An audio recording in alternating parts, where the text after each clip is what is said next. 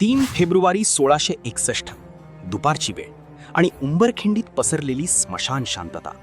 कारतलब खानाचं 20,000 मुघल सैन्य त्या अरुंद खिंडीत उतरलं होतं. त्यांना वाटत होतं मराठे घाबरले आहेत, पण त्यांना काय माहिती, सह्याद्रीच्या प्रत्येक दगडामागे मृत्यू दबा धरून बसला होता. महाराजांना खानाच्या प्रत्येक हालचालीची खबर होती. मुघल सैन्य बोरघाटातून न जाता लोणावळ्याजवळील उंबरखिंडीच्या अरुंद वाटेने निघालं होतं.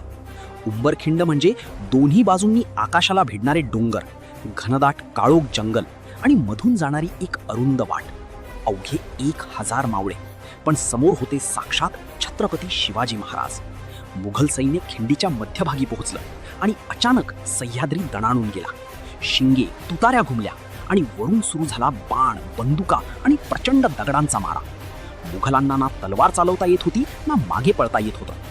घोड्यांच्या टापांखाली स्वतःचेच सैनिक चिरडले जात होते आणि रक्ताच्या थारोळ्यात मुघल पाण्यासाठी तडफडत होते. अवघ्या 3 तासात 20,000 सैन्याचा माज मातीत मिळाला. क्रूर कारतलब खान ढसाढसा रडू लागला. तेव्हा रायबाघण म्हणाली, खान साहेब, हा शिवा नाही, साक्षात काळ आहे. अखेर कारतलब खानाने पांढरं निशाण फडकवलं. महाराजांनी त्यांचा खजिना, घोडे, हत्ती आणि शस्त्रसाठा जप्त केला आणि मुघलांना जिवंत सोडून दिलं. पुन्हा एकदा सिद्ध झालं, युद्ध सैन्याच्या संख्येने नाही, तर छातीतल्या हिंमतीने आणि गनिमी काव्याने जिंकली जातात. अशाच थरारक इतिहासासाठी चॅनलला सबस्क्राईब नक्की करा.